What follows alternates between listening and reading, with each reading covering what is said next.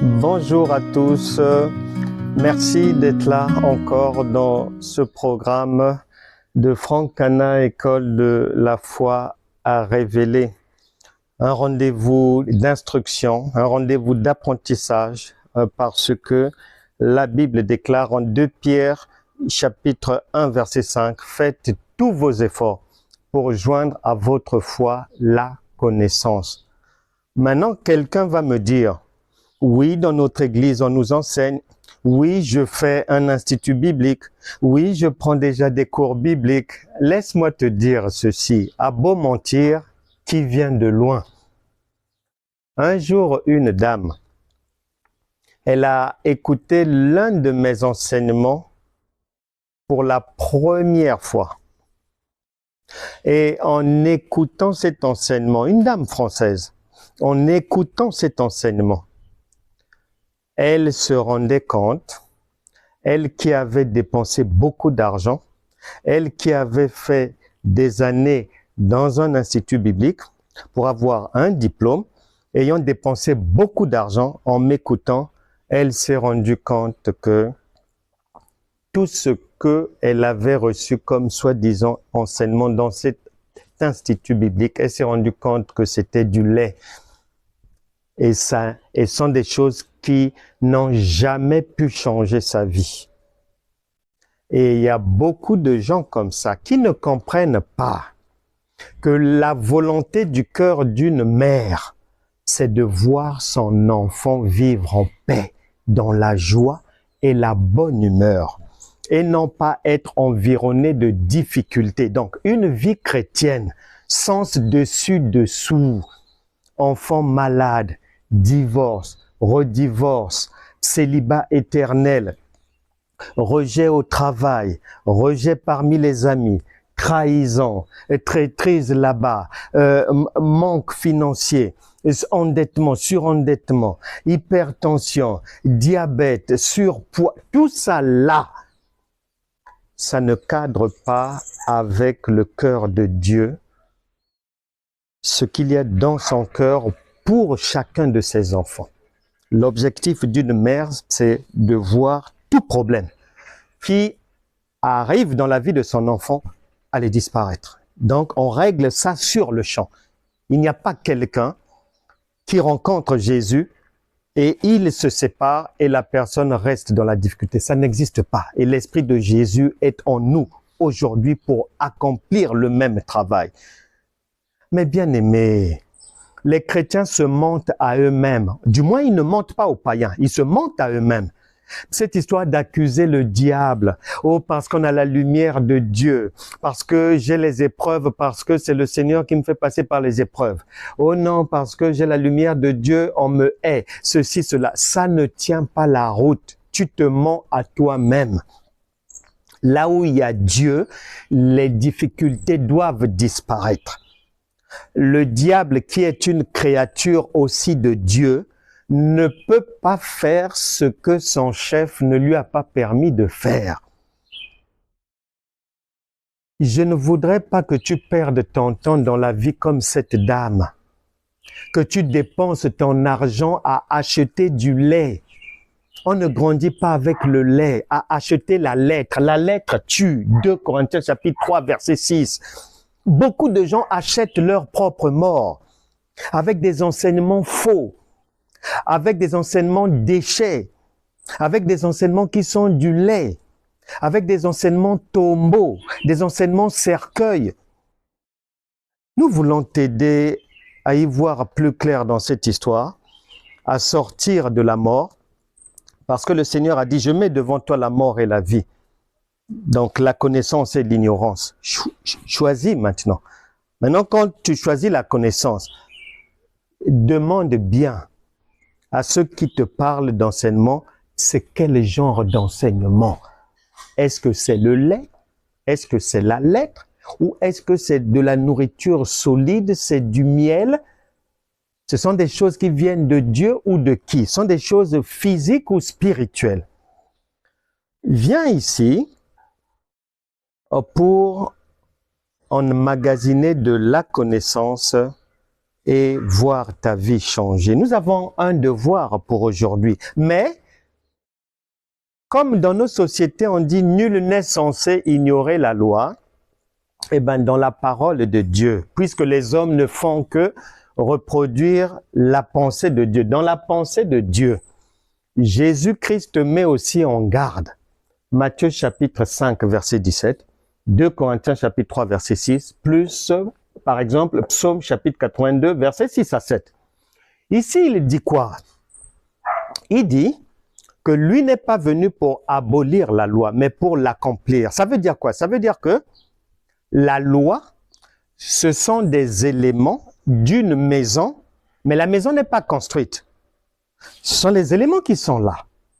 Mais c'est comme une pièce de théâtre, mais elle est sur papier seulement. Elle n'est pas jouée. Elle n'est pas active.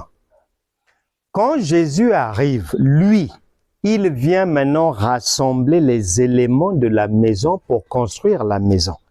Il vient comme un metteur en scène pour jouer la pièce. Donc, dans cette histoire-là, Jésus va dire dans sa parole que pour avoir la vie, la guérison, la délivrance, pour jouir de l'héritage divin, il faut obligatoirement avoir, non pas la lettre, c'est-à-dire les éléments de la maison posés, le bois, les tôles à droite là-bas, les placos, ceci, cela, non, les briques et tout, non, non, non. Il faut que la maison soit construite. Or, pour qu'elle soit construite, c'est ce que Jésus vient dire, accomplir la loi, c'est-à-dire c'est interpréter les Écritures. S'il n'y a pas l'interprétation des Écritures, tu vas mourir. C'est pour ça que le psaume 82, verset 6 à 7 dit « Vous êtes des dieux, mais cependant, comme vous n'avez pas la révélation des Écritures, comme vous ne comprenez pas Dieu, comme vous voulez aller vivre dans une maison non construite, il n'y a pas de toit posé, il n'y a pas de, les murs ne sont pas montés, vous voulez vivre dedans. Mais c'est de la folie. Il faut que la maison soit montée, il faut que les Écritures soient interprétées. Sinon, David dit, vous allez mourir comme des princes quelconques, des va-nu-pieds. Et c'est raison pour laquelle beaucoup de chrétiens souffrent de maladies, des diabètes, de la tension, des hépatites, les scléroses, les cancers, beaucoup, parce que la lettre tue. S'il n'y a pas l'interprétation, c'est la mort. Malgré les jeûnes, malgré les prix, tout ça là, c'est du vent. On ne traficote pas Dieu. La Bible déclare que toutes choses peuvent passer, peuvent être changées, mais la parole de Dieu, ce que Dieu a dit, ça ne changera jamais.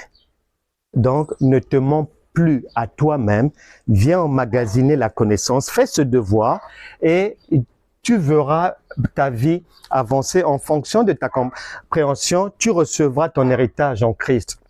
Bonne santé, délivrance, un bon sommeil, une vie en paix. Si tu veux te marier, tu te maries, un bon foyer. Les enfants réussissent les études. C'est en fonction de ta compréhension de la parole et de sa mise en pratique. Un cas d'école. La parole de Dieu. Prenons par exemple la parole de Dieu en 1 Roi, chapitre 22, versets 20 à 22. Ici, là, il est dit ceci. Dieu veut en finir avec quelqu'un. Il lance un recrutement pour recruter quelqu'un qui peut accomplir la besogne qui consiste à tuer quelqu'un. Un volontaire se présente plutôt. On lui demande, mais tu veux arriver à le tuer de quelle manière? Non, très simple. Je vais aller mettre un esprit de mensonge dans la bouche de leur prophète. Dans la bouche de leur prophète. Or, qui dit des choses de mensonge, qui dit la fausseté, et qui dit la lettre, qui dit le lait, tout ça là, ça donne la mort. Donc, La personne est recrutée parce que Dieu voulait en découdre avec le roi Akab. Et jusqu'aujourd'hui, la Bible te dit, toutes choses, elles passeront, mais Dieu ne change pas. Ecclésiaste chapitre 1, verset 9. Il n'y a rien de nouveau sous le soleil. Ce qui a été, c'est aujourd'hui. Ecclésiaste chapitre 3, verset 15. Dieu ramène toujours ce qui a été. C'est rebelote toujours. Hébreux chapitre 13, verset 8. Jésus-Christ est le même hier, aujourd'hui et éternellement. Ce qui veut dire que jusqu'aujourd'hui, tous les jours, Dieu recrute des gens pour aller régler les comptes, tuer, massacrer, envoyer à l'hôpital toutes les personnes dans le péché, dans la désobéissance, les personnes maudites par Dieu, les personnes maudites par elles-mêmes. 2 Thessaloniciens chapitre 2, versets 9 à 12. Et Deutéronome chapitre 27, Deutéronome chapitre 28, Osée chapitre 13, verset 7 à 8, Hébreux chapitre 12, verset 29. Toutes ces paroles-là, Romains chapitre 1, tu finis le chapitre, toutes ces personnes maudites, il y en a une foule dans la Bible. Une foule. Au quotidien, Dieu recrute des tueurs pour eux, pour envoyer de maladies, pour provoquer un accident, pour faire taire quelqu'un. Un serviteur de Dieu qui n'a pas l'interprétation, qui enseigne la lettre ou le lait, donc qui envoie les gens à la mort, après avoir été averti de différentes manières par Dieu, s'il persiste, Dieu lui envoie le lion pour le dévorer. Donc, aujourd'hui encore, il y a les vrais serviteurs de Dieu et les faux serviteurs envoyés par Dieu. Parce que ça, là, 1 Roi 22, 20 à 22, jusqu'aujourd'hui, ça existe. La preuve, Matthieu chapitre 10, à partir du verset 7, vous descendez, il y a les vrais serviteurs que Dieu envoie.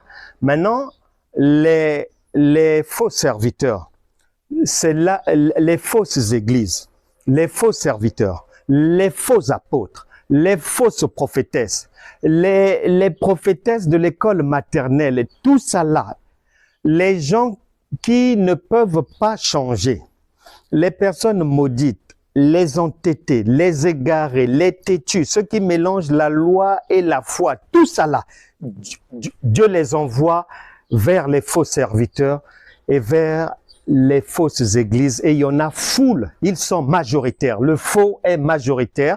Preuve, Jacques chapitre 3 verset 1, Dieu n'envoie jamais beaucoup de personnes, mais dans la vie de tous les jours, il y a la multitude de la fausseté qui est là, et les gens sont remplis dans ces églises-là. Donc, Dieu envoie en fonction des jugements, des punitions, de la conduite. Si tu mérites d'être dans une église cimetière, ben, il va t'envoyer là-bas et on mettra un esprit de mensonge dans la bouche de votre pasteur pour vous dépouiller, un esprit de cupidité, beaucoup de fausseté, vous faire jeûner dans le vide, vous faire croire ceci, cela. Lui-même, le pasteur étant égaré, la doctoresse, l'apôtre, tout ce monde-là, eux-mêmes égarés et égarant aussi les autres. Maintenant, très peu sont envoyés vers les vrais serviteurs par Dieu.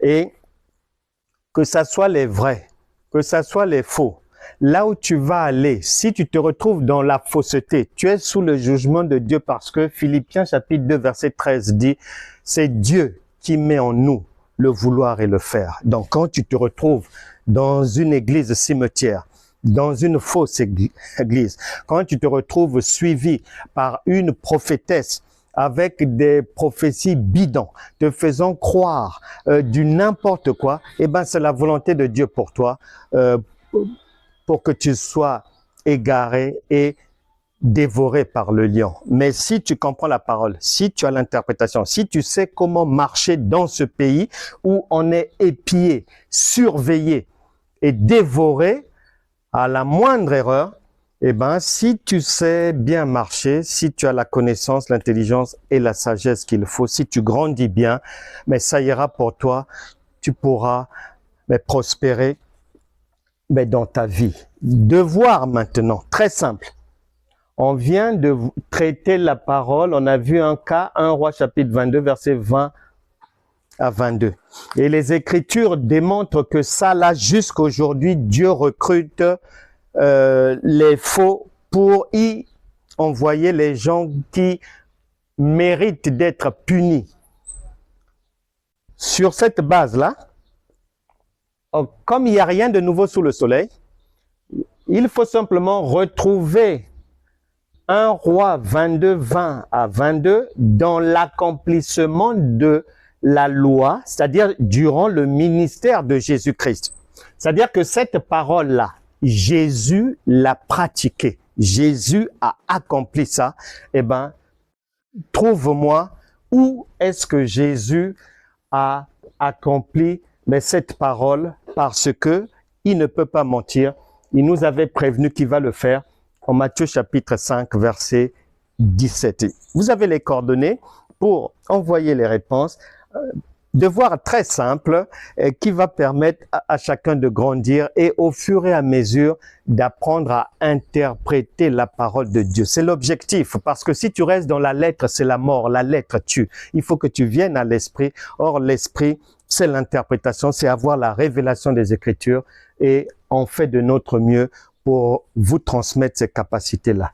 Vous vivrez, vous ne mourrez pas. Je prie pour toutes vos familles, pour toute personne ici, que les difficultés disparaissent de votre vie, que tout ce que vous avez attendu de la vie jusqu'aujourd'hui, recevez cela maintenant, que les malades soient guéris, que les harcelés par les démons soient délivrés maintenant, que la vie puisse changer.